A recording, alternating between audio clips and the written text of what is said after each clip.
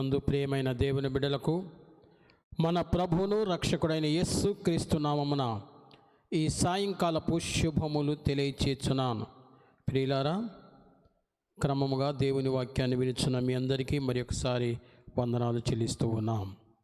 ఈ సాయంకాలపు వేళ ప్రత్యేకంగా మనము ధన్యులు అను అంశమును గురించి మనం వినిచున్నాం. మొదటగా, దుష్టుల ఆలోచన చొప్పున నడవక, పాపుల మార్గం నిలవక, అపహాసకులు కూర్చుండు చోట కూర్చుండగా, యెహోవా ధర్మశాస్త్రం నానంచు దివారాత్రము దాన్ని ధ్యానించు వారు ధన్యులనే విషయాన్ని విన్నాం. రెండవదిగా, ఆయనను ఆశ్రయించు నరులు ధన్యులు అని విన్నాం. మరలా నిన్నటి దినమున మరి ఒక శ్రేష్టమైన సందేశాన్ని విన్నాం. తన అతిక్రమములకు పరిహారము నొందినవాడు ధన్యుడని విన్నాం. ఈరోజు భక్తుడు దావీదు రాసిన కీర్తనలు 32వ కీర్తనలో మొదటి వచ్చిన భాగాన్ని చదువుకుందాం. తన అతిక్రమములకు పరిహారము నొందినవాడు, తన పాపమునకు ప్రాయశ్చిత్తము నొందినవాడు ధన్యుడు. తన పాపమునకు ప్రాయశ్చిత్తము నొందినవాడు ధన్యుడు. ఈరోజు మన ధ్యానాంశము పాపమునకు ప్రాయశ్చిత్తము నొందినవాడు ధన్యుడు. పాపము, ఈ పదము దాదాపుగా అన్ని మత గ్రంథాలలో పాపము పాపము పాపము పాపం అనే మాట వినిపించబడుతుంది. అసలు మనం పాపం అనగా ఏమిటి, ఈ పాపానికి ప్రాయశ్చిత్తం ఎలాగూ లభిస్తున్నది అనే విషయాన్ని మనం జాగ్రత్తగా విందాం. పాపము పాపము పాపము అని అంటున్నారు. అసలు పాపం అనే మాటకు అర్థము ఏమిటి, పాపం అనే విషయాన్ని గురించి ముందుగా మీకు కొన్ని మాటలు జ్ఞాపకం చేస్తాను. పాపం అనే మాటకు హెబ్రీ భాషలో దానికి లేక గ్రీకు భాషలో 4 శ్రేష్టమైన విషయాలు లిఖించబడినాయి. మొట్టమొదటిగా అనోమియా. అనోమియా అనే గ్రీకు పదానికి అర్థం ఆజ్ఞను అతిక్రమించుట, చట్టమును ఉల్లంఘించుట, హద్దు మీరుట అనే భావము వచ్చినట్లుగా దానిలో వ్రాయబడినది. అనోమియా అనగా హద్దు మీరుట, ఉల్లంఘించుట అని అర్థం. ఎలాగైతే ఒక పందె రంగమందు పోరాడువాడు తన పరిధిలో మాత్రమే పోరాడవలసి ఉన్నది. ఆ పోరాటం చేసేటప్పుడు తాను నిర్ణయించబడిన పరిధిని ఎట్టి పరిస్థితుల్లో ఉల్లంఘింపరాదు. మీకు ఇంకా సులభంగా అర్థం కావడానికి చెప్తాను. కబడ్డీ ఆట ఆడేవాడు ఉంటాడు, తనకు నిర్ణయించబడిన ఆ పరిధిలో ఉండాలి. ఒకవేళ ఏ పొరపాటున ఎవరు త్రోసివేసినా, తనంత తాను వెళ్ళినా, పొరపాటున ఆ గీతకు గనక టచ్ అయితే వెంటనే అవుట్ చేసేస్తాడు రెఫరీ. అలాగే మొదటిది అనోమియా అనే పదము ఎందుకు వినియోగించబడిందంటే, ఆజ్ఞను అతిక్రమించువాడు పాపము చేయుచున్నాడు అని అర్థం. ఏదేని తోటలో ఆదాము హవ్వలు అలాగే ఆజ్ఞ మీరారు. అలాగే అనేక పర్యాయాలు అనేక మంది మాట ద్వారా కానీ, తలంపు ద్వారా కానీ, చూపు ద్వారా కానీ, క్రియల ద్వారా కానీ ఆజ్ఞను అతిక్రమించుచున్నారు. ఈ విషయాన్ని గురించి యోహాను రాసిన మొదటి పత్రిక 3వ అధ్యాయము 4వ వచనంలో ఆజ్ఞాతిక్రమమే పాపము అని వ్రాయబడింది. రెండవది, ప్రభునందు ప్రియులారా, ఓఫైలేమా. ఓఫైలేమా అనగా దేవుడు మనకు కనికరించి, దేవుడు మనకు అనేకమైన శ్రేష్టమైన విషయాలు, ఆయుష్కాలాన్ని ఇస్తున్నాడు, ఆరోగ్యం ఇస్తున్నాడు, ధనం ఇస్తున్నాడు, అన్ని విషయాల్లో మనకు క్షేమమును అనుగ్రహించినప్పుడు దేవునికి చెందవలసిన, దేవునికి ఇవ్వవలసిన, దేవునికి మనము తిరిగి కృతజ్ఞతగా ఇవ్వవలసిన భాగమును చెల్లించకపోవటయే పాపము. ఇదే విషయాన్ని అంటే ఓఫైలేమా అనేటటువంటి గ్రీకు భాషలో అర్థం ఏంటంటే, దేవుడు మనలను ప్రేమించి, దేవుడు మనలను కనికరించి, దేవుడు మన ఆయుష్కాలాన్ని పొడిగించి మనకు తినుటకు ఆహారము, త్రాగడానికి నీళ్లు, కట్టుకోవటానికి వస్త్రాలు, ధనము అన్నీ సమకూర్చినప్పుడు మనము ఒక మేలైన విషయాన్ని ఎరిగి ఉండి కూడా దానిని గనక మనం తిరిగి కృతజ్ఞత చెల్లించకపోవుట, అది పాపము అని లిఖించబడింది. ఈ విషయాన్ని గురించి పరిశుద్ధ గ్రంథం బైబిల్లో యాకోబు తన పత్రికలో 4వ అధ్యాయము 17వ వచనంలో అంటాడు, మేలైనది ఎరిగియుండి అలాగూ చెయ్యని వానికి పాపము కలుగును.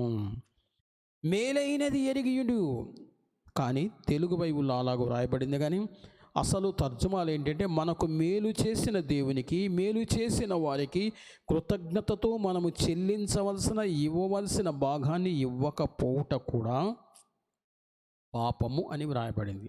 నంబర్ 2. రెండవది, మూడవ విషయాన్ని గురించి వ్రాయబడింది గ్రీకు భాషలో హామర్టియా.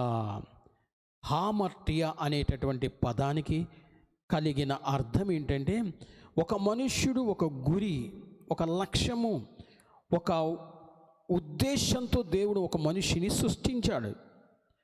మానవుని సృష్టించడానికి ఒక ఉద్దేశం ఉన్నది. అలాగే ఒక మనుషుడు తన జీవిత యాత్రలో ఒక గురి, ఒక గమ్యము ఉన్నది. ఈ గమ్యములో ప్రయాణించవలసిన వాడు తన గమ్యాన్ని విడిచిపెట్టి ప్రక్కదారికి తొలగిపోవడాన్ని, గురి తప్పడాన్ని, లక్ష్యాన్ని విడిచిపెట్టడాన్ని పాపము అన్నారు. జాగ్రత్తగా గమనించండి. మనం వెళ్ళవలసిన త్రోవలో మన జీవిత గురి, మన జీవిత లక్ష్యము, మన జీవితం యొక్క ఉద్దేశాన్ని ఎందుకొరకు సృష్టించాడో దేవుడు ఆ ఉద్దేశాన్ని గ్రహించి మన గురిలో మనం ప్రయాణం చేయాలి. కానీ గురి తప్పి, మార్గము తప్పి ప్రయాణము చేయుట అది పాపముగా ఎంచబడింది. ప్రభునందు ప్రియులారా, కాబట్టి 3 విషయాలు జ్ఞాపకం. 1, అనోమియా అనగా ఆజ్ఞను అతిక్రమించుట, ఉల్లంఘించుట పాపము. 2వది, ఓఫైలేమ అనగా దేవునికి ఇవ్వవలసిన భాగాన్ని, ఈ దేవునికి చెల్లించవలసిన భాగాన్ని, లేక మనుష్యులకైనా చెల్లించవలసిన భాగాన్ని చెల్లించకపోవటం, మేలైనది ఎరిగియుండి అలాగూ చెయ్యకపోవట పాపం అన్నాడు. 3వది హామర్టియా అనగా గురి తప్పుట. ఈరోజు చాలామంది యవనస్తులు చదువుతున్నారు. చదువుకునే పిల్లలను కొన్నిసార్లు అడుగుతాను నేను, బాబు నువ్వు పెద్దవాడితే ఏమి చేయాలంటే, ఇంకా నేనేమో నిర్ణయం చేసుకోలేదు అంటే గురి లేని బ్రతుకు. అందుకే కొద్దిమంది దైవ సేవకులు అనుభవపూర్వకంగా రాశారు, గురిలేని నీ బ్రతుకు ఎరయాయని విరోధికి. గురిలేని బ్రతుకంట గుడ్డి బ్రతుకంట. దేవుడు మనల్ని ఒక గురి, ఒక లక్ష్యముతో దేవుడు మనను క్రియేట్ చేశాడు, సృష్టించాడు. ఈ విషయాన్ని గురించి అపోస్తులైన పౌలు ఎఫెసీ క్రైస్తవ సంఘానికి లేఖను వ్రాయిచు బహుస్పష్టంగా ఒక మాట అంటాడు, ముందుగా నిర్ణయించిన సత్క్రియలు చేయుట కొరకు. ఎఫెసీలకు రాసిన పత్రిక 2వ అధ్యాయము 10వ వచనంలో, ముందుగా సిద్ధపరచిన సత్క్రియలు చేయుటకు దేవుడు మనలను సృష్టించాడు. అంటే దేవుడు కూడా మనల్ని ఒక గురి, ఒక గమ్యముతో సృష్టించాడు. కానీ ఈరోజు మనుష్యుడు తన గురి విడిచి ప్రయాణం చేస్తే గురి తప్పుట, మార్గము తప్పుట అది పాపము అని వ్రాయబడింది. 4వ విషయాన్ని జ్ఞాపకం చేస్తాను. పరప్టోమా అంటే జారిపడుట. పరప్టోమా అంటే జారిపడటం. ఎందుకు? ఒక మనుష్యుడు వెళ్ళవలసిన మార్గములో, గురిలో వెళ్ళకుండా మార్గము తప్పి ఒకవేళ జారి పడిపోతే, పడిపోయినా, పడద్రోయబడినా జారిపోవడాన్ని, వెనుకంజ వేయడాన్ని పాపము అన్నారు. ఎందుకు వెనుకంజ వేస్తాడు ఒక మనుషుడు? నిర్లక్ష్యము లేక అజాగ్రత్త, కేర్లెస్నెస్, దానిని బట్టి వెళ్తాడు. అందుకే బైబిల్ గ్రంథంలో చాలా జాగ్రత్తగా గమనించండి. 5 స్థలాలలో పాపమునకు నిర్వచనము రాయబడింది. 5 స్థలాలలో పాపమునకు నిర్వచనము రాయబడింది. అదేంటంటే చాలా జాగ్రత్తగా మనం గమనించుదాం. మొట్టమొదటిగా సకల దుర్నీతి పాపము అని వ్రాయబడింది. యాకోబు 1 యోహాను పత్రిక 5వ అధ్యాయము 17వ వచనం. సకల దుర్నీతి పాపము అని పాపమునకు నిర్వచనము పరిశుద్ధ గ్రంథమైన బైబిల్లో 5 స్థలాలలో లిఖించబడింది. దీనిని గురించి పాపం అంటే ఏంటో మనము అర్థం చేసుకోవచ్చు. నీతిగా జీవించవలసిన మనము దుర్నీతిగా జీవించట, నీతి తప్పిపోవుట, నీతి నుండి జారిపోవుట పాపము. అందుకే అన్నాడు సకల దుర్నీతి పాపము అన్నాడు. 2వదిగా మూర్ఖుని యొక్క ఆలోచన పాపము అన్నాడు. మూర్ఖుని యొక్క ఆలోచన సామెతల గ్రంథములో నుండి 24వ అధ్యాయము 9వ వచన భాగాన్ని చదివితే, సామెతల గ్రంథము 24వ అధ్యాయము 9వ వచన భాగాన్ని చదివితే, సకల దుర్నీతి పాపం యొక్క మూర్ఖుని ఆలోచన, అంటే ఎన్నిసార్లు చెప్పినా వారి ఆలోచన విధానములో మార్పు లేకుండా మూర్ఖత్వంగా, నిర్లక్ష్యంగా, అజాగ్రత్తగా తన జీవితాన్ని సరిదిద్దుకొనకుండా ప్రయాణం చేసి ఆలోచించే ఆలోచన పాపం అన్నాడు. మూర్ఖుని యోచన పాపం అన్నాడు. నంబర్ 3, ఆజ్ఞను అతిక్రమించుట పాపం అన్నాడు. 1 యోహాను పత్రిక 3వ అధ్యాయం 4వ వచనం. 4వ విషయాన్ని జ్ఞాపకం చేస్తా అపోస్తలుడైన పౌలు పాపమును గురించి మాట్లాడుతూ, పాపమునకు నిర్వచనం చెప్తూ, విశ్వాస మూలము కానిది ఏదో అదే పాపం. అంటే దేవుడు మనల్ని సృజించి మనలను ఈ భూలోకములో శరీరధారిగా ప్రవేశపెట్టినప్పుడు సర్వ సృష్టికర్త అయిన దేవుని పట్ల కృతజ్ఞత లేకుండా, విశ్వాసము లేకుండా ఎలాగో జీవిస్తున్నామో అలాగే లోకంలో కూడా విశ్వాస మూలము కానిది ఏదో అదే పాపమట. విశ్వాస మూలము కానిది పాపం అన్నాడు. చివరిదిగా మనము మేలైనది చెయ్యకపోవట పాపమని 5 స్థలాలలో పరిశుద్ధ గ్రంథం బైబిల్లో పాపమును గురించి వ్రాయబడింది. కనుక ఈ సాయంకాలం మొదటగా పాపం అనగా ఏమో తెలుసుకున్నాం. ఏంటి? సకల దుర్నీతి పాపం, మూర్ఖుని యోచన పాపం, ఆజ్ఞాతిక్రమము పాపము, విశ్వాసమూలము కానిది అదే పాపం, అలాగే మేలైనది ఎరిగి అలాగూ చెయ్యకపోవట పాపము అని మనం జాగ్రత్తగా విషయాలు తెలుసుకున్నాం. ఇటువంటి పాపము దావీదు భక్తుడు తను కీర్తనలో వ్రాయిచు, తన పాపమునకు ప్రాయశ్చిత్తమును, పాపం ఇలాగూ పాపం చేసినప్పుడు ముందుగా 4 విషయాలు జ్ఞాపకం చేశాను. ఆజ్ఞను అతిక్రమించడం, అలాగే మేలైనది ఎరిగిండు కృతజ్ఞత జీవితాన్ని లేకపోవటం, ఒక మనుష్యుడు హద్దు మీరి ప్రవర్తించటం, ఒక మనుష్యుడు గురి తప్పి జీవిస్తే ఎందుకొరకు దేవుడు సృష్టించాడు ఇవన్నీ మరచిపోయి పాపం చేస్తే ఆ పాపము వలన కలిగిన ఫలితములు ఏమిటి? ఆ పాపపు ఫలితాలు ఏమనుభవిస్తామంటే జాగ్రత్తగా గమనించండి. కడివెడు పాలలో ఒక్క విషపు చుక్క చాలు మొత్తం పాలను పాడు చేయడానికి. ఇదే విషయాన్ని లేఖనంలో రాయబడింది. బుక్కావాని తైలములో చచ్చిన ఈగ, చిన్న ఈగ పడితే చాలు ఆ తైలమంతా అపవిత్రమైపోతుంది. అలాగే శ్రేష్టమైన మానవ జీవితం, అత్యంత విలువైన మానవ జీవితం, దేవుని కంటే కొంచెము తక్కువ వాడిగా, సృష్టి అంతట్లో అధికమైన వాడిగా, శ్రేష్టమైన వాడిగా, విలువైన వాడిగా చేయబడిన మానవ జీవితములో ఒక స్వల్పమైన అవిధేయత లేక పాపము మనుష్యుని ఎంతగా దిగజారుస్తుందంటే, ఒక చిన్న పాపము మనుష్యుని దేవునికి దూరంగా చేస్తుంది. ఈ విషయాన్ని అపోస్తలుడైన పౌలు రోమా క్రైస్తవ సంఘానికి రాస్తూ రోమీయులకు రాసిన పత్రిక 3:8 4వ అధ్యాయం 18వ వచనంలో అంటాడు ఒక మాట, ఒక చిన్న పాపం మనుష్యుని దేవునికి దూరం చేస్తుంది. అంతకు మునుపు దేవునికి సమీపంగా ఉన్న మానవుడు దేవునికి దూరం అయిపోతాడు. అంత మాత్రమే కాదు, ఒక చిన్న పాపము మనుష్యుని వేషధారిగా మార్చేస్తుంది. యోబు గ్రంథము 31వ అధ్యాయము 13వ వచన భాగాన్ని కనుక మనం చదివినట్లయితే, ఒక స్వల్పమైన ఒక చిన్న పాపము మనుష్యుని వేషధారిగా, కపటధారిగా, అబద్ధమానుగా చేస్తుంది. ఆజ్ఞను అతిక్రమించిన ఆదాము ఏదేని తోటలో దేవునికి భయపడి ఏమన్నాడు? ఆదామా నీవు ఎక్కడున్నావంటే, నీకు భయపడి నేను ఎక్కడున్నా అంటే భయము, భీతి, వేషధారణ జీవితం కలిగిస్తుంది. ఒక చిన్న పాపము మనుష్యుని దేవునికి దూరం చేస్తుంది. ఒక చిన్న పాపం, చిన్నదే అనుకుంటాం పాపం, కానీ మనుష్యుని వేషధారిగా మారుస్తుంది. ఒక చిన్న పాపము మనుష్యుని దేహాన్ని పాడు చేస్తుంది, మనుష్యుని దేహాన్ని కలుషితం చేస్తుంది, మనుష్యుని దేహాన్ని అనారోగ్యం కలిగిస్తుంది. జాగ్రత్తగా గమనించండి. ఒక స్వల్పమైన చిన్న ముళ్ళు గుచ్చుకుంటే, చిన్న గుండు సూది కంటే అత్యంత స్వల్పమైన చిన్న ముళ్ళు గుచ్చుకుంటే దేహమంతా ఎలాగో నొప్పిగా బాధపడిపోతామో, ఒక చిన్న పాపము మానవ జీవితాన్నంతా కలుషితము చేసి దేహాన్నంతా పాడు చేసేస్తుంది. గమనించారా ప్రియులారా? ఒక చిన్న పాపం, ఒక స్వల్ప పాపం అని మనం, పాపం ఏముందండి, ఆ చిన్నదేదో చిన్న మిస్టేక్ అయిపోయింది, చిన్న పాపం అయిపోయిందట, కానీ ఆ పాపం మానవ దేహాన్ని పాడు చేస్తుంది.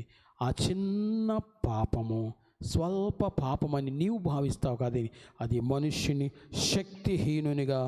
శక్తిహీనునిగా బలహీనునిగా చేసేస్తుంది.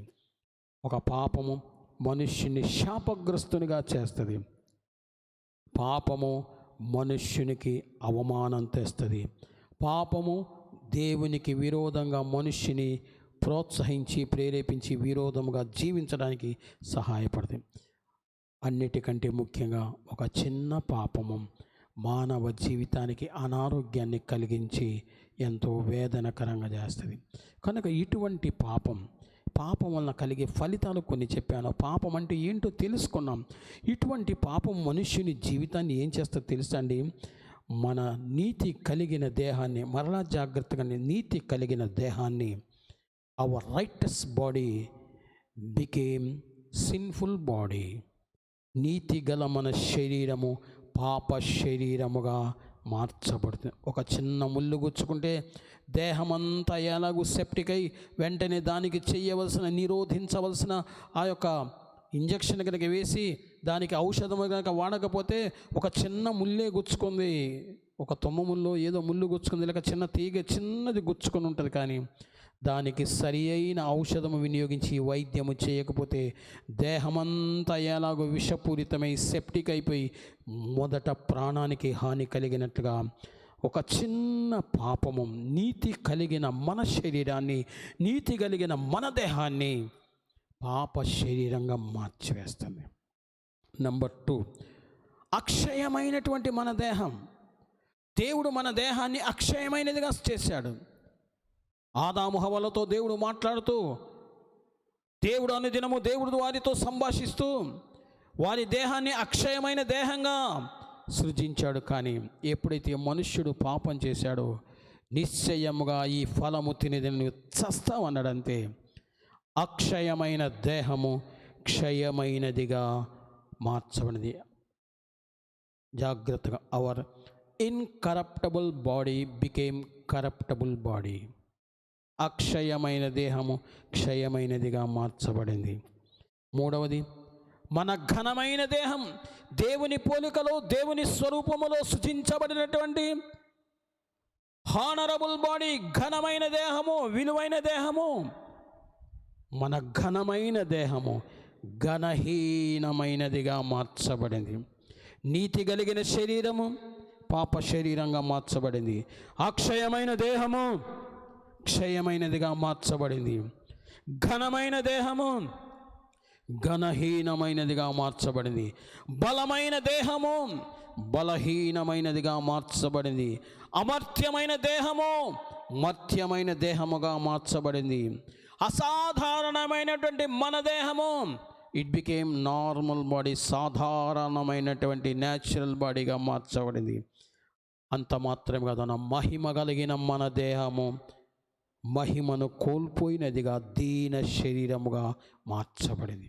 ఒక చిన్న పాపం, ఒక అత్యల్పమైన పాపమని మన దృష్టిలో దాన్ని తృణీకరిస్తాం, దాన్ని లెక్క చెయ్యం. కానీ ఆ ఒక్క పాపము ఎన్ని నష్టాలు, ఎన్ని కష్టాలు మనకు తీసుకుని వస్తుంది ఒక్కసారి ఆలోచి. అందునిమిత్తమే పాపము యొక్క స్థితిని ఎరిగినవాడు, పాపం యొక్క స్థితిని గుర్తించినవాడు, పాప జీవితమును తెలుసుకున్నవాడు, బహుక్షుణ్ణంగా పరిశీలన చేసిన దావీదు భక్తుడు పరిశుద్ధాత్మని యొక్క ప్రేరేపణ చేత వ్రాస్తున్నాడు చాలా స్పష్టంగా. తన పాపమునకు ప్రాయశ్చిత్తము నొందినవాడు, తన పాపమునకు ప్రాయశ్చిత్తము నొందినవాడు ధన్యుడు అన్నాడు. పాపం అనగా ఏంటో తెలుసుకున్నాం. పాపం వల్ల కలుగుతున్న ఫలితాలు ఏంటో మనం తెలుసుకున్నాం. ఇటువంటి పాపానికట ప్రాయశ్చిత్తము కావలెను. పాపానికి ప్రాయశ్చిత్తం కావాలి. ఎందుకు?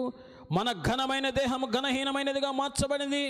మహిమగల దేహము మహిమను కోల్పోయిన దానిగా మార్చబడింది. గౌరవప్రదమైనటువంటి దేహము ఘనహీనమైనదిగా మార్చబడింది. కనుక పాపము ఎప్పుడైతే పరిహారము లేక ప్రాయశ్చిత్తము చేయబడిందో, తిరిగి దేవుని పోలికలోనికి, దేవుని సారూప్యములోనికి తిరిగి ఘనమైన దేహంగా, విలువ కలిగిన దేహముగా, అక్షయమైన దేహంగా మార్చబడుతుంది. కనుక తన పాపమునకు ప్రాయశ్చిత్తము నొందినవాడు ధన్యుడని కీర్తనాకారుడు దావీదు భక్తుడు పలుకుతున్నాడు. ప్రభునందు ప్రియులారా, ఈ సాయంకాలపు వేళ దేవుని వాక్యాన్ని ధ్యానం చేస్తున్న మనము, దేవుని వాక్యాన్ని వినుచున్న మనము, దేవుని వాక్యాన్ని స్టడీ చేస్తున్న మనం పాపాన్ని గురించి ఒక్కసారి ఆలోచన చేసావా? ఒక చిన్న పాపానికి 4 నిర్వచనాలు చెప్పాను. ఆజ్ఞను అతిక్రమించుట పాపం. మేలైనది ఎరిగియుండి మనము చెల్లించాల్సిన దానిని తిరిగి దేవునికి చెల్లించకపోవుట, కృతజ్ఞత లేకపోవుట పాపం అని విన్నాం. జారిపోవుట, గురి తప్పుట, లక్ష్యాన్ని లేకపోవుట, మనం ఎందుకు సృష్టించాడు ఆ విషయాన్ని గుర్తించకపోవుట పాపం అన్నాడు.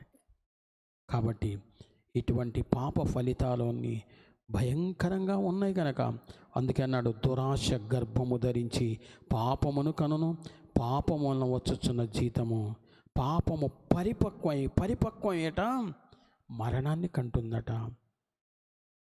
యాకోబు తన పత్రికలో చాలా స్పష్టంగా రాస్తాడు, దురాశ గర్భము ధరించి. దేవుడు మనకొక పరిధి నిర్ణయించాడు. దేవుడికి మనకొక నిర్ణయించిన పరిధిలో, నిర్ణయించిన గురిలో, నిర్ణయించిన స్థితిలో మనము జీవించకుండా దురాశ కలిగి ఉంటారు చాలామంది. ఈ దురాశట గర్భాన్ని ధరించి పాపాన్ని కంటుంది. పాపము పరిపక్వమై మరణాన్ని కంటుంది. ఆ మరణము నిత్య నరకానికి తీసుకెళ్ళిపోద్ది. అందుకే ఎప్పుడైతే ఒక మనుష్యుడు తన పాపమునకు ప్రాయశ్చిత్తము కలిగి జీవించడానికి ఇష్టపడతాడో, పాపమునకు ప్రాయశ్చిత్తం పొందాలని ఆశపడుతున్నాడో వారు మాత్రమే ధన్యులు అన్నాడు.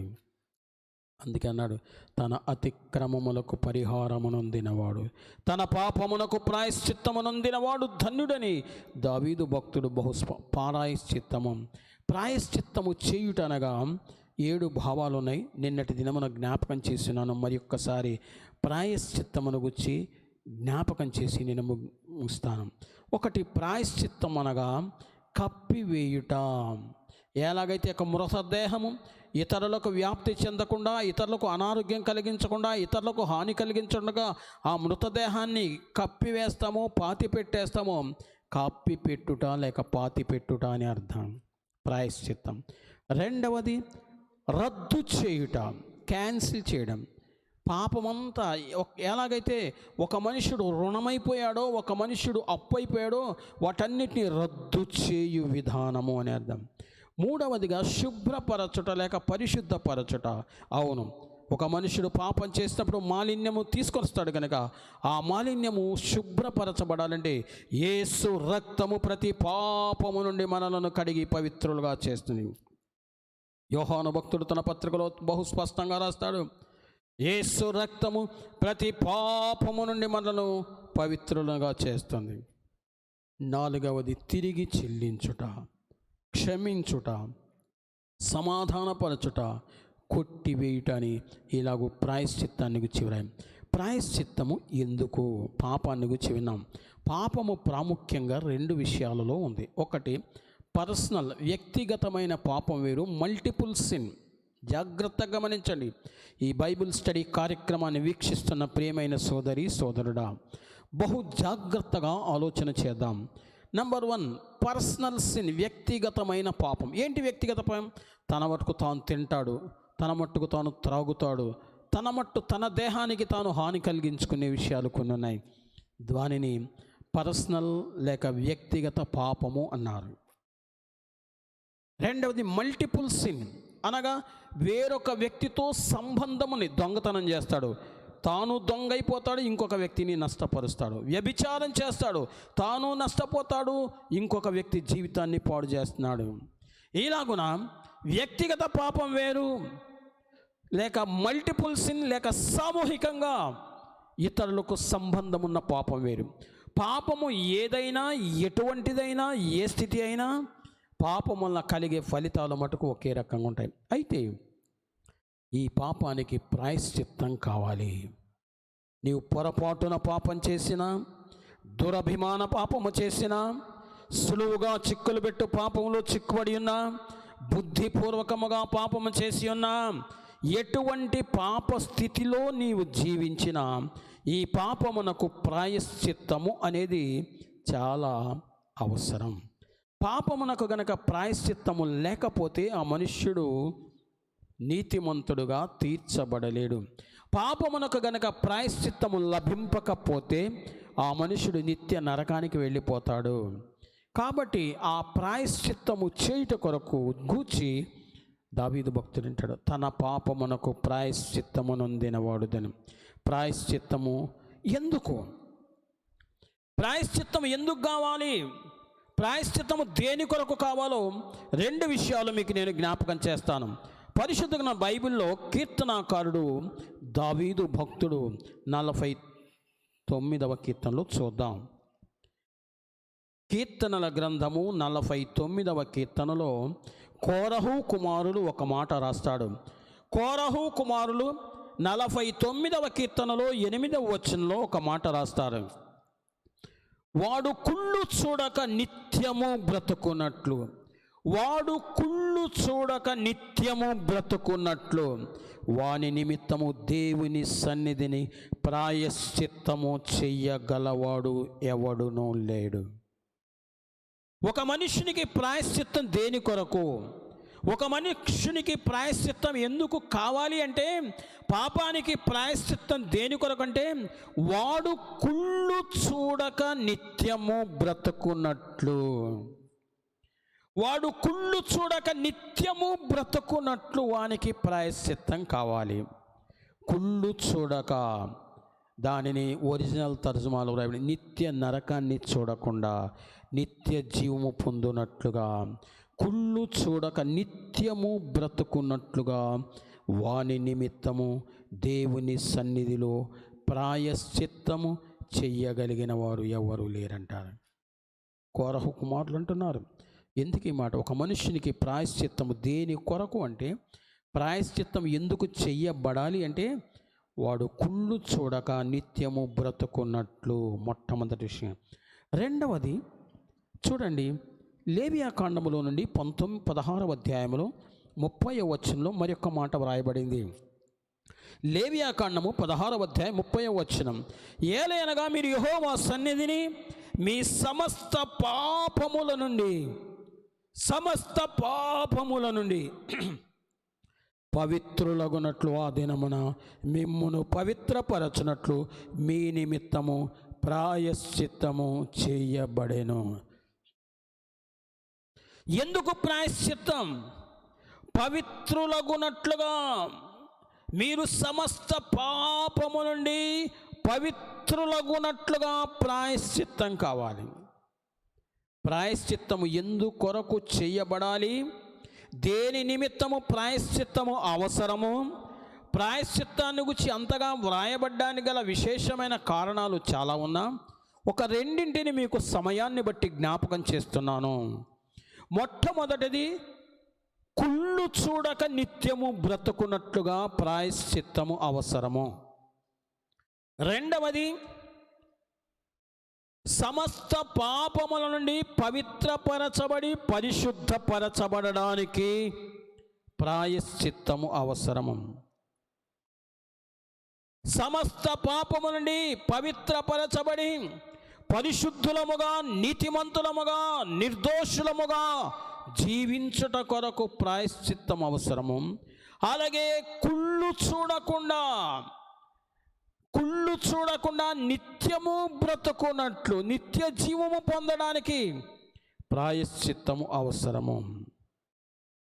ప్రియులారా, ఎంత స్పష్టంగా లేఖనం మనకు జ్ఞాపకం చేస్తుందో ఆలోచించండి. ముందుగా పాపం అంటే ఏంటి తెలుసుకున్నాం, పాపం వలన కలిగే ఫలితాలను తెలుసుకున్నాం, ప్రాయశ్చిత్తం ఎందుకొరకో తెలుసుకున్నాం. ఈ ప్రాయశ్చిత్తాన్ని పొందుట ఎలాగూ, మరి ప్రాయశ్చిత్తం ఎలాగూ పొందగలము? ప్రాయశ్చిత్తం పొందడానికి పరిశుద్ధ గ్రంథమైన బైబిల్లో 7 అత్యంత శ్రేష్టమైన మార్గాలు ఉన్నాయి.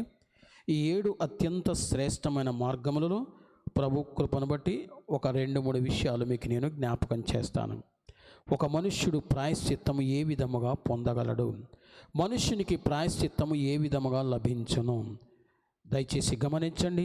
మొట్టమొదటిగా సామెతల గ్రంథము 16వ అధ్యాయములో బహుస్పష్టంగా ఒక్క మాట వ్రాయబడింది. సామెతల గ్రంథము 16వ అధ్యాయములో, సామెతల గ్రంథము 16వ అధ్యాయంలో 6వ వచన భాగంలో ఒక్క మాట వ్రాయబడింది. సామెతలు 16:6 అన్నాడు, కృపా సత్యములు కలయిక వలన దోషమునకు ప్రాయశ్చిత్తము కలుగును. కృపా సత్యముల కలయిక, కృపా సత్యముల వలన దోషమునకు ప్రాయశ్చిత్తము కలుగును. పాపము, దోషము అన్నిటికీ ప్రాయశ్చిత్తం కలగడానికి మొదటి మార్గం కృపా సత్యము రెండు కలుసుకోవాలి. కృప అంటే ఎవరు? సత్యం అంటే ఎవరు? కృప అనగా ఏమి, సత్యం అనగా ఏమి? ఈ రెండు కలిస్తే అట పాపానికి ప్రాయశ్చిత్తం అట. 2 రాళ్ళు ఇట్లా కొడితే, 2 రాళ్ళు కనుక ఇట్లా కొడితే వెంటనే నిప్పు వచ్చేస్తుంది. జాగ్రత్తగా గమనించండి. 2 రాళ్ళు ఒకదానికొకటి తాకుట వలన నిప్పు ఎలాగో ఉద్భవిస్తుందో, కృపా సత్యము 2 కలయిక చేత పాపానికి ప్రాయశ్చిత్తం కలుగుతుంది. కృప అంటే ఎవరు? సత్యం అంటే ఎవరు? చూడండి, పరిశుద్ధ గ్రంథం బైబిల్లో భక్తుడు, కీర్తనాకారుడు చాలా స్పష్టంగా వ్రాస్తాడు. 85వ కీర్తన కోరహు కుమారుడు వ్రాస్తూ ఇక్కడ ఒక మాట, కృపా సత్యం 10వ వచనం, 85వ కీర్తన 10వ వచనం, 85వ కీర్తన 10వ వచనంలో వ్రాయబడింది, కృపా సత్యములు కలుసుకొనినవి, నీతి సమాధానములు ఒకదానికొకటి ముద్దు పెట్టుకొనినవి, భూమిలో నుండి సత్యము మొలచును, సత్యము భూమిలో నుండి మొలచును, కృప ఆకాశములో నుండి నీతి పారచూచును. ఆకాశించి కృప, భూమిలో నుండి సత్యము, ఈ రెండు కలిస్తే పరలోకము నుండి దేవుని కృప, భూమిలో నుండి సత్యము అనబడే మనుష్యుడు, ఈ రెండు ఒకదానికొకటి కలిసినప్పుడు కృపా సత్యముల కలయిక వలన దోషమునకు ప్రాయశ్చిత్తము కలుగును. అంటే పరలోకములో ఉన్న దేవుడు, భూమి మీద ఉన్న మానవుడు, ఈ ఇరువురు కలిసినప్పుడు, ఈ ఇరువురు కలయిక చేత మానవునికి పాప ప్రాయశ్చిత్తము కలుగుచున్నది. ఒకే వ్యక్తి, నీ ఒక్కడవే దేవుని సన్నిధికి వెళ్ళిన ప్రాయశ్చిత్తం కలగదు. పరలోకం నుండి దేవుడు ఒంటరిగా వచ్చిన ప్రాయశ్చిత్తం కలగటం లేదు. కానీ కృపా సత్యముల కలయిక వలన, కృపా సత్యములు ఒకదానికొకటి కలుసుకున్న కారణం చేత పాపమునకు, దోషమునకు ప్రాయశ్చిత్తము కలుగుతూ ఉన్నది. బహు జాగ్రత్తగా గమనించండి. పరిశుద్ధ గ్రంథం బైబిల్లో కృపా సత్యములు కలుసుకొనిన సంఘటనలు అనేకమైనవి ఉన్నాయి.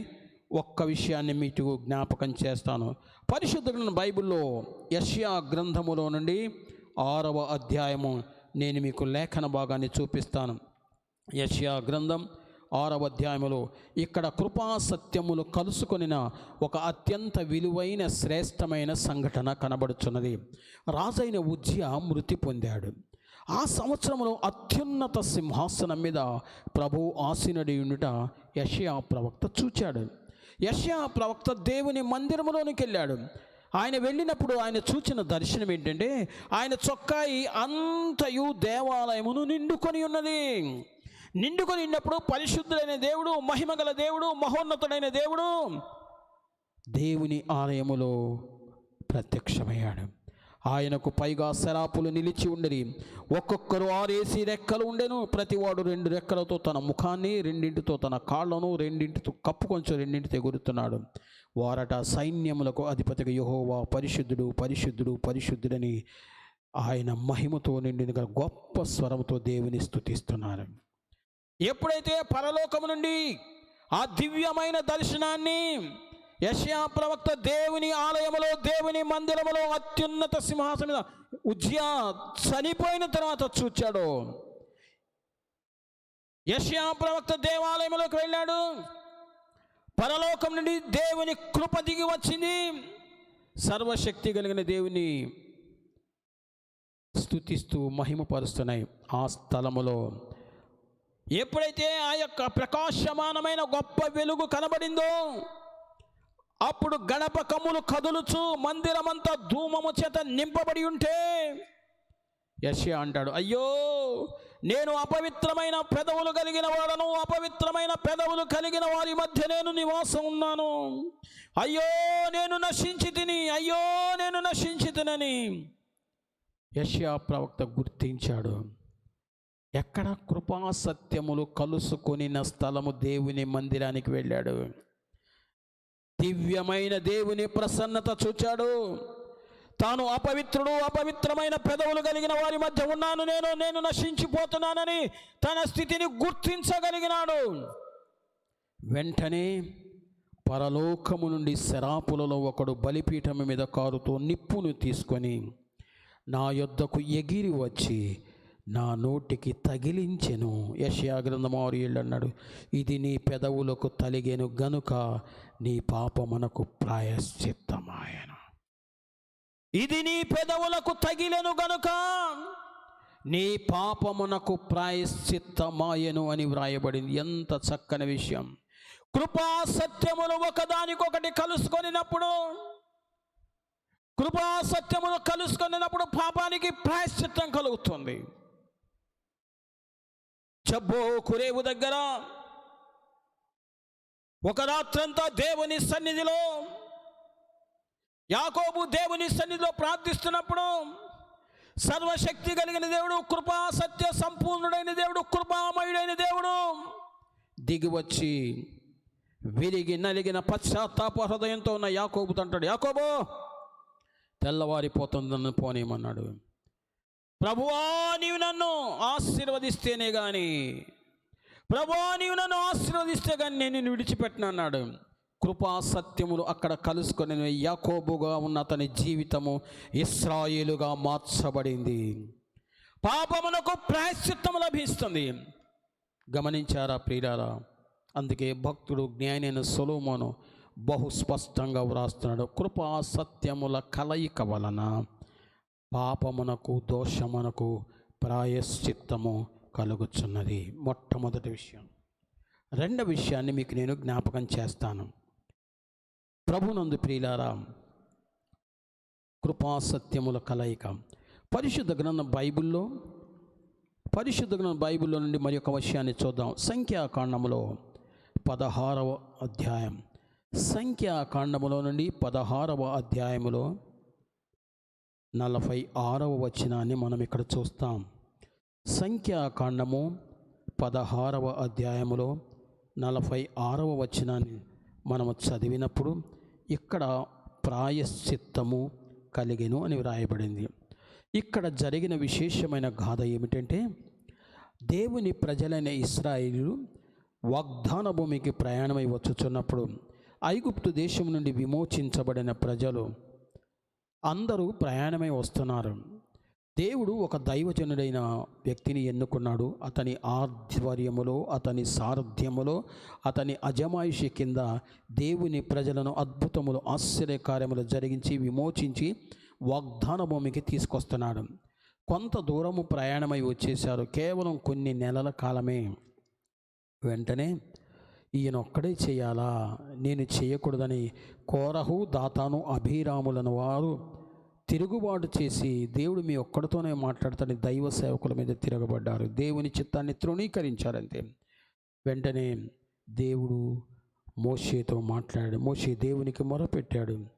అక్కడ అన్నాడు, ఈ దుష్టులు, ఎందుకు దుష్టులు అన్నారు అని, ఈ దుష్టుల గుడారము నుంచి మీరు పక్కకి వెళ్ళిపోండి అన్నారు. అయినా కోరహు, దాతాను, అభిరాములన్న వారు 250 మంది మోషే అహరోనులకు విరోధముగా పోగుపడ్డారు.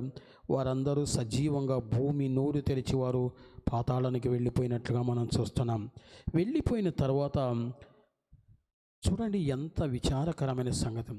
కోరహు, దాతాను, అభిరాములు వారితో పాటు 250 మంది పాతాళానికి సజీవంగా భూమి నోరు తెరిచి అట్లాగే వెళ్ళిపోయినా వారిలో జ్ఞానోదయం కలగలే.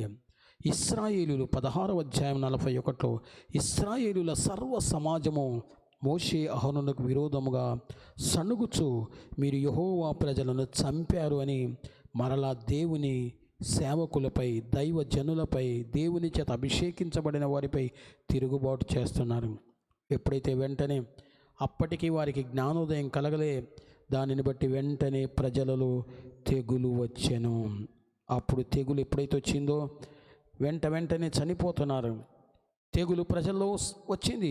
ప్రజలలో తెగులు రావడానికి అనేక కారణాలని, తిరుగుబాటు చేసిన ప్రజల మీదకి తెగులు వచ్చేసింది.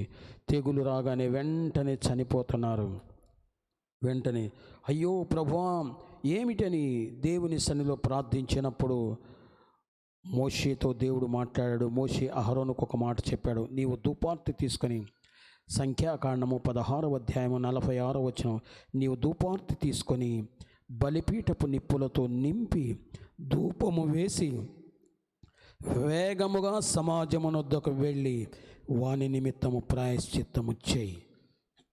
కోపము యెహోవా సన్నిధి నుండి తొలగిపోద్దన్నాడు. వెంటనే 47వ వచనం చూస్తాం.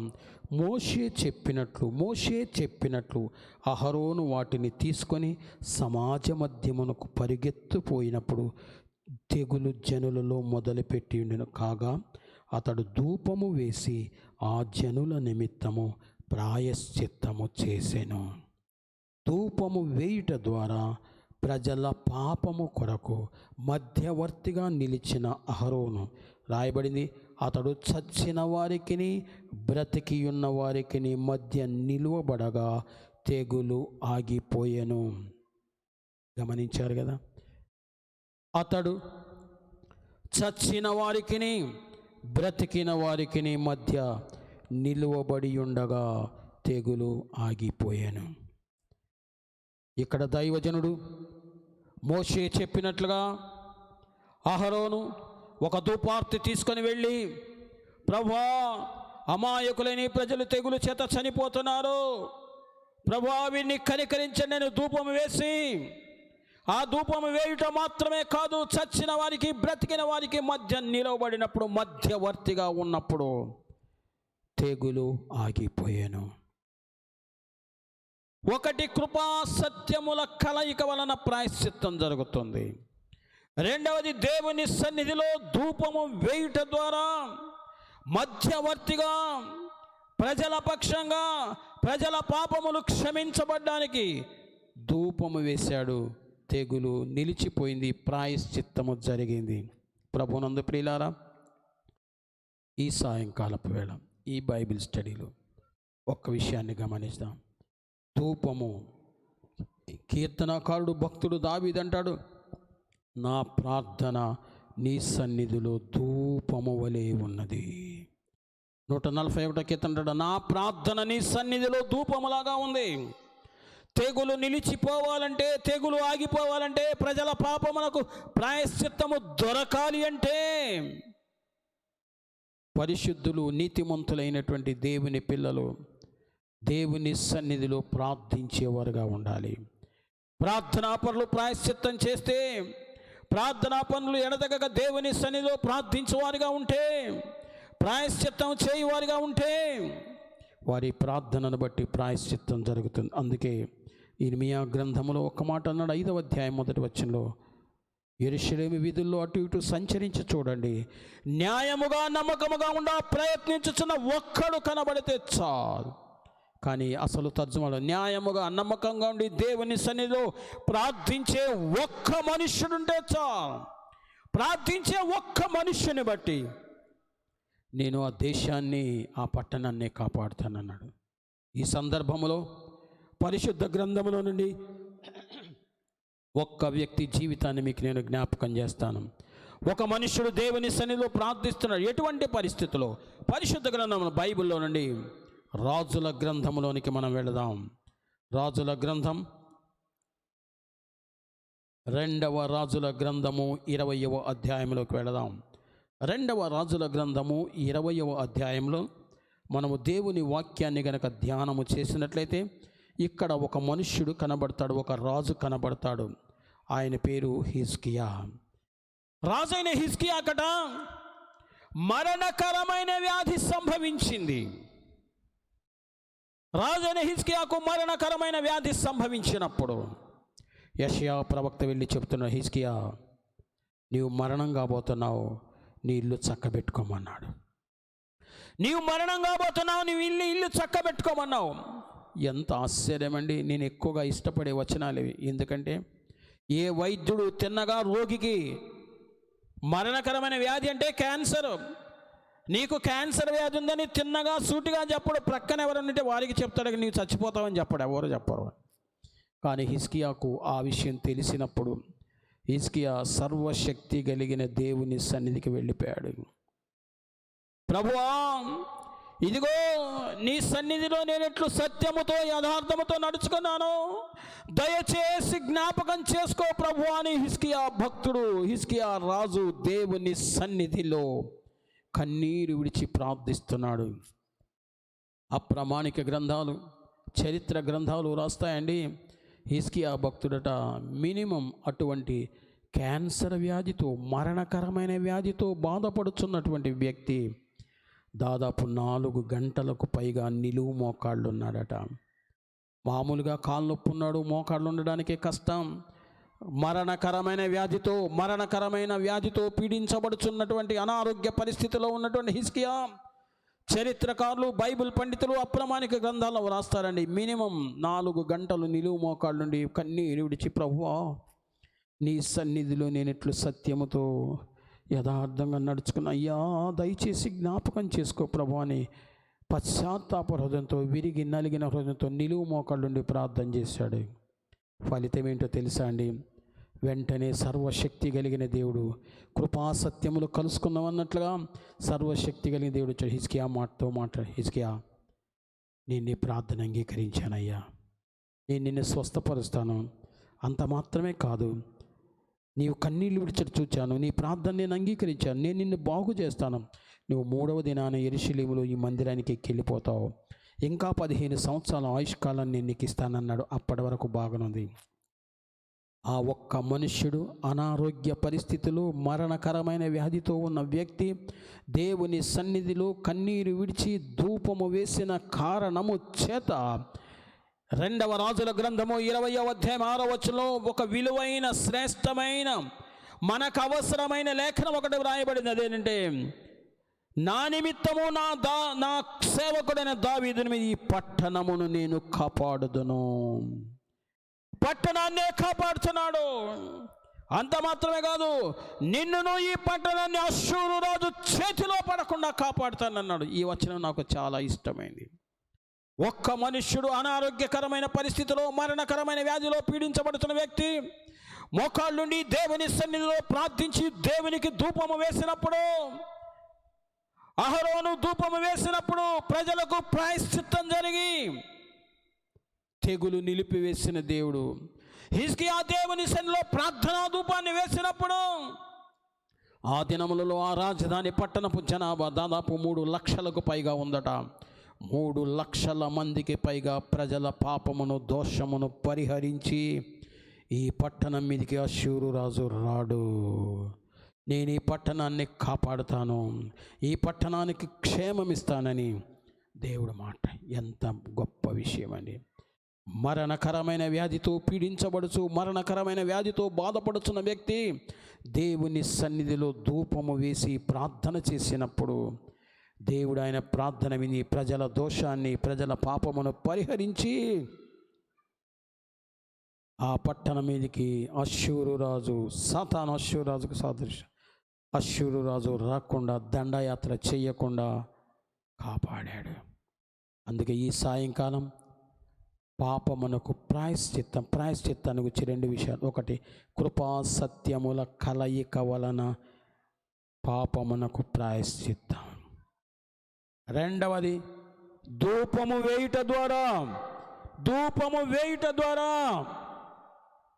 పాపమునకు ప్రాయశ్చిత్తము, దోషమునకు ప్రాయశ్చిత్తం కలిగి ప్రజలు సురక్షితంగా జీవించడానికి దేవుడు సహాయం చేశాడు.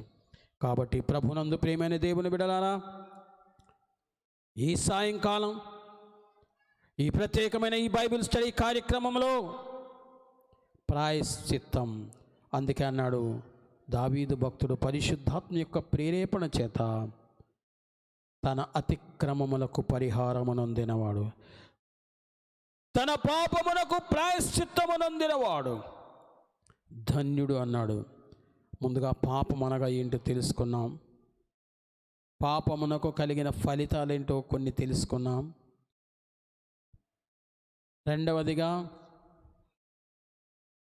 ప్రాయశ్చిత్తం అనగా ఏంటో తెలుసుకున్నాం. ప్రాయశ్చిత్తం ఎందుకొరకు నేను జ్ఞాపకం చేశాను. ప్రాయశ్చిత్తం ఎందుకంటే 2 విషయాల కొరకు. 7 విషయాలున్న 2 మాత్రమే జ్ఞాపకం చేశాను. పాపం, వాడు కుళ్ళు చూడక నిత్యము బ్రతుకున్నట్లు ప్రాయశ్చిత్తం చేయబడాలి. వాడు పవిత్రుడై పరిశుద్ధుడుగా నీతిమంతుడుగా జీవించుట కొరకు ప్రాయశ్చిత్తం చేయబడాలి. ప్రాయశ్చిత్తం ఎలాగూ దొరుకుతుంది? ప్రాయశ్చిత్తం మనకు ఎలాగూ లభిస్తుంది? ప్రాయశ్చిత్తం మనకు ఎలాగూ కలుగుతుందో అనేక శ్రేష్టమైన, దాదాపు 7 అత్యంత శ్రేష్టమైన విషయాలున్న 2 విషయాలు జ్ఞాపకం చేశాను. ఒకటి, సామెతల గ్రంథములో 16వ అధ్యాయంలో కృపా సత్యములు కలుసుకొనుట ద్వారా పాపమునకు ప్రాయశ్చిత్తం కలుగును. యెషయా ప్రవక్త జీవితాన్ని జ్ఞాపకం చేశాను. యాకోబు జీవితాన్ని జ్ఞాపకం చేశాను. రెండవది, ధూపము వేయుట ద్వారా, ప్రార్థన చేయుట ద్వారా పాపమునకు ప్రాయశ్చిత్తం కలుగునని విషయాన్ని జ్ఞాపకం చేశాను. అహరోను ధూపము వేసి ప్రాయశ్చిత్తం చేశాడు. దేవుని ప్రజల మధ్యలో తెగులు నిలిచిపోయింది. ప్రజలు తిరిగి క్షేమంగా తమ యాత్రలో ముందుకు సాగగలిగారు. దేశమంతా అల్లకల్లోలంతో, భయభ్రాంతులతో, భీతులతో, నెమ్మది లేని పరిస్థితిలో ఉన్నప్పుడు, తనకు అనారోగ్యం ఉన్నా, హిజ్కియా భక్తుడు మరణకరమైన వ్యాధితో పీడించబడుచున్నా, దేవుని సన్నిధిలో ప్రార్థనా ధూపం వేశాడు. తను ఆరోగ్యం పొందగలిగాడు, తన ఆయుష్కాలం పెంచుకోగలిగాడు. ఆ రోజు ఉన్నటువంటి ఆ పట్టణపు జనాభా దాదాపు 3 లక్షలకు పైగా ఉన్నటువంటి ఆ జనాభా అంతా సురక్షితంగా జీవించడానికి ఆ ప్రజల పక్షంగా ప్రాయశ్చిత్తం చేయబడ్డాడు. అందుకే దావీదు భక్తుడు ఎంత శ్రేష్టమైన విషయాన్ని వ్రాసాడో గమనించాం. తన అతిక్రమములకు పరిహారమునందినవాడు, తన అతిక్రమములకు పరిహారమునందినవాడు, తన పాపమునకు ప్రాయశ్చిత్తమునందినవాడు ధన్యుడు. ఎందుకు? వాడు కుళ్ళు చూడక నిత్యము బ్రతికేవాడుగా ఉన్నాడు. వాడు పవిత్రుడుగా, నీతిమంతుడుగా, పరిశుద్ధుడుగా తీర్చబడి ఆ పరలోక రాజ్యాన్ని స్వతంత్రించుకుంటాడు. గనక ప్రత్యేకంగా ప్రాయశ్చిత్తము అవసరమన్న విషయాన్ని జ్ఞాపకం చేశాడు. వాడు ధన్యుడు అని పిలిచాడు. కాబట్టి ఈ ప్రత్యేకమైన సమయంలో బైబిల్ స్టడీలో లేఖనాన్ని ధ్యానిస్తున్న ప్రియమైన సోదరుడా, ప్రియమైన సోదరి, మరి ఒకసారి జ్ఞాపకం చేసుకుందాం. తన అతిక్రమమునకు పరిహారమునందినవాడు, తన పాపమునకు ప్రాయశ్చిత్తమునందినవాడు ధన్యుడు అన్నాడు. పాపము చాలా రకాలుగా ఉంది. పాపాన్ని గురించి ముందుగా చెప్పాను.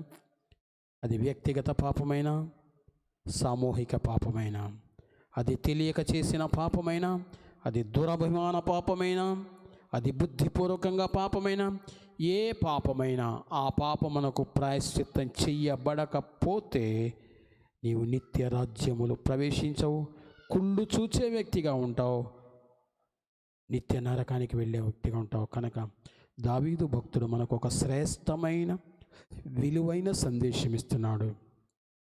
తన అతిక్రమములకు పరిహారమునందినవాడు, తన పాపమునకు ప్రాయశ్చిత్తమునందినవాడు ధన్యుడిని సెలవిచ్చటగా మనము కూడా ధన్యత కలుగు వారముగా, కుళ్ళు చూడక నిత్యము జీవించు వారముగా, నిత్య జీవం పొందే వారముగా, పరిశుద్ధులముగా, నీతిమంతులముగా జీవించట కొరకు, అది ఏ దురభిమాన పాపమైనా, పొరపాటున పాపమైనా, సులువుగా చిక్కులు పెట్టు పాపమైనా, బుద్ధిపూర్వకంగా పాపం చేసిన ఆ పాపమునకు పరిహారముగా, ప్రాయశ్చిత్తము పొందువారముగా, కృపాసత్యముల కలయిక చేత ప్రాయశ్చిత్తం కలుగుద్దు. గనుక మనము దేవుని సన్నిధికి వచ్చి ధూపము వేసి ప్రాయశ్చిత్తం పొంది పవిత్రముగా, నిర్దోషులముగా జీవించుదాం. అట్టి కృప దేవుడు మనందరికీ దయచేయును గాక. ఆమేన్. తలలు వంచండి, చిన్న ప్రార్థన చేద్దాం. ఈ కార్యక్రమాన్ని వీక్షిస్తున్న ప్రభునందు ప్రియమైన సోదరి సోదరుడా, మరి ఒకసారి యేసు క్రీస్తు నామమున మీకు శుభములు తెలియచేస్తూ, దయచేసి తన అతిక్రమములకు పరిహారమునందినవాడు, పాపమునకు ప్రాయశ్చిత్తం నందినవాడు ధన్యుడు. గనుక అట్టి ధన్యులముగా జీవించడం కొరకు 2 చేతులను జోడించి ప్రార్థన చేసుకుందాం. మమ్ములను మిక్కిలిగా ప్రేమించిన మా పరలోకపు తండ్రి, మహాగణుడా, మహోన్నతుడా, మహిమ కలిగిన దేవా, పాపమును పరిహరించువాడా, మా పాపముల కొరకు మాకు బదులుగా సిలువలో మరణించి మమ్మల్ని నీతిమంతులుగా తీర్చిన గొప్ప దేవానికి వందనాలు. దావీదు భక్తుడు వ్రాసిన కీర్తన భాగములో నుండి ఈరోజు సాయంకాలం బైబిల్ స్టడీలో తన అతిక్రమములకు పరిహారమునందినవాడు, తన పాపమునకు ప్రాయశ్చిత్తమునందినవాడు ధన్యుడు అను లేఖనము నుండి మీరు మాతో అనేక విషయాలు మాట్లాడి హెచ్చరించి, పాపమనగా ఏమి, పాపం వల్ల కలుగు పర్యవసానాలేంటి, అలాగే ప్రాయశ్చిత్తం అనగా ఏమి, ప్రాయశ్చిత్తం ఎలాగూ పొందగలము మీరు మాకు మాట్లాడి మమ్మల్ని బలపరచి మమ్మల్ని ఆత్మీయ జీవితంలో కొనసాగింపడానికి కృప చూపినందుకు వందనాలు. ఈ కార్యక్రమాన్ని వీక్షిస్తున్న ప్రతి ఒక్కరూ యేసు నామములో ధన్యులుగా జీవింతురు గాక. మీరే వారిని ఆశీర్వదించి దీవించమని యేసు నామమున అడుగుచున్నాము తండ్రి, ఆమేన్. మన తండ్రి అయిన దేవుని దయ, ఆయన కుమారుడిని యేసు క్రీస్తు కృప, పరిశుద్ధాత్మిక అన్యోన్య సహవాసం వినుచున్న మనందరికీ సదాకాలము తోడయుండును గాక. ఆమేన్. ప్రభు